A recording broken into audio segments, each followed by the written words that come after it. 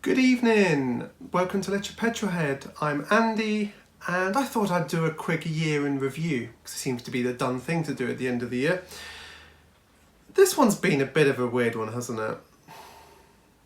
Yeah, so let me go back to January. We had just had the most amazing time in Disneyland Paris. We drove down in the Tesla Model S. It was just effortless, as I've found with all my road trips in that car. It was fantastic. Just drive, let the sat nav work out where to charge. We have done that trip quite a few times in the Model S, so we knew where to stop. We knew what there was there. We would normally stop at the Somme just to stretch our legs. We didn't really need to charge by then, but it was quite a good place. Do a bit of history, climb the tower, look around, and then we stopped again. I think it's Amiens. And there's a supermarket, so we sort of stocked up on stuff. Had a great time. So yeah, drove back to the UK and was looking forward to the year ahead. You know, we'd heard this sort of thing about this sort of virus sort of starting up, but didn't think anything of it. That went well, didn't it? So we then decided quite early on in sort of January and sort of early February that we were going to sell the Model S. We'd noticed the price had recently jumped, so we thought, right, good time to get out of it, and let's get into a Model 3. Because we found we were driving the i3 more, and we weren't driving the Model S as much, because the i3 was smaller and just better suited to sort of city life. So we sold that, ordered a Model 3. And then everything went wrong in the world. Just put it lightly. Anyway, so COVID hit, and we decided, right, let's not take on this Model 3. One, because Kate had a really bad cough, and back then you couldn't really get tested that easily, but a really bad cough was one of the main worries, and we were like, well, we can't really go down all the way down to Heathrow, and Tesla weren't particularly keen on us turning up if we had symptoms, and so we thought, right, we'll just wait. And then everything just started going sort of worse and worse and worse in terms of the virus. So we just cut our losses, gave Tesla a £100 donation, non-refundable deposit, and cancelled. So we had all these plans for 2020. We were going to do a big road trip. That was the thing. We were going to drive to Disneyland Paris, have a couple of days there, and then we were going to drive probably out to the coast and down to Spain. Maybe into Spain and Portugal, we hadn't really decided on that point. But then we were going to come back up to sort of the Nice, Monaco area, and we were going to probably have a week in a some kind of sort of outdoor adventure holiday type park. We'd found a couple. So yeah, we were going to stay there for about a week. And then we were going to drive into Italy, and then back via the Alps, and then back to Disneyland Paris for a couple of nights, and then back home. That just sounded like the most amazing holiday. We were going to use the Tesla, so all of our sort of motoring costs were going to be virtually nothing, just, you know, a couple of thousand miles wear and tear on the car and tyres. But fuel, everything was going to be free. It was going to be brilliant. Yeah, that's scrapped. So yeah, being a bit of a weird one. You know, we couldn't do Fully Charged Live, which I was going to volunteer for again. Couldn't do Silverstone Classic, which I was going to volunteer for again.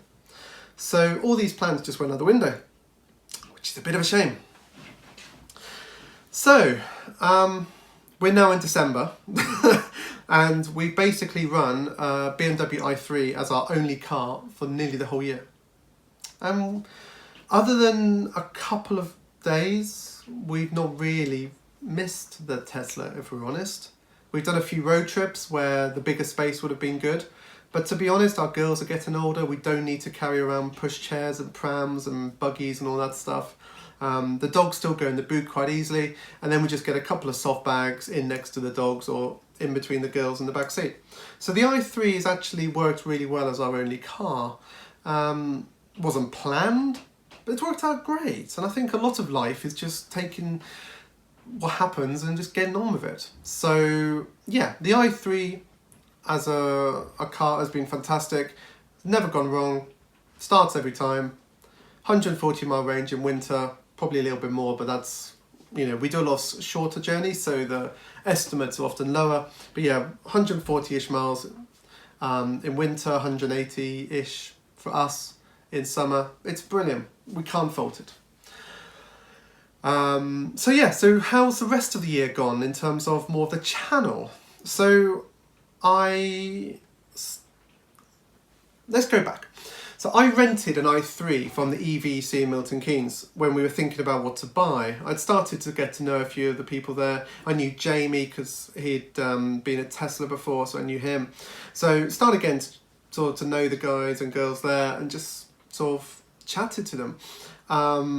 We took the i3 out for a week, loved it, ended up buying one. So I've rented a few more cars from there. I've driven the Zoe. I've driven the E-Up. Still going to do a video on that, but it's filmed somewhere in there. I've got to find it.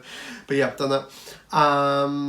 And the ID3. Now the ID3 was a real surprise for me because I was expecting a Golf, very sort of reliable, sort of workhorse type car. I wasn't expecting it to be as good as it was. And the videos I made on this have been probably some of the most successful on my channel. So thank you if you've watched those videos, subscribed and then found me, and then watched this video. Thank you very much for that, really good. The ID3 was just a really good car. Rear-wheel drive, nice and low weight, ragged around the corners really well. Took it up on some of my favourite sort of back roads and it was fantastic. Yeah, so that was a real highlight of this year. So the channel, yeah, considering I set up this channel purely as a way to just share my experiences, and it kind of evolved into okay, so if a mate emails me this question, do I want to email him a long essay or do I want to send him a link to a video? And I've got a few friends who have gone from being interested in EVs, chatted to me, we sort of worked out what they want to do and then bought an EV. So all the questions those people asked me became videos. And that's really the sole reason I do this channel. My view is that the more people that can share their positive experiences about electric cars, the better. So the channel's gone well. I'm 600 and something subscribers now. It's growing quite steadily at the moment. I'd like to think by sort of Easter time I'll be at 1,000. Away from the channel, I've met some fantastic people. I sort of built up some really good friendships. So to all those people, thank you very much. I've got some rather fantastic opportunities next year. As long as this virus goes away, there's some really cool stuff happening, both in terms of charging, in terms of chatting to people, in terms of driving some really interesting electric cars. It's going to be a really interesting year. So let's all be hopeful. Let's hope that whatever goes on with the virus and obviously that side nightmare that is Brexit, that the UK comes out of it strong.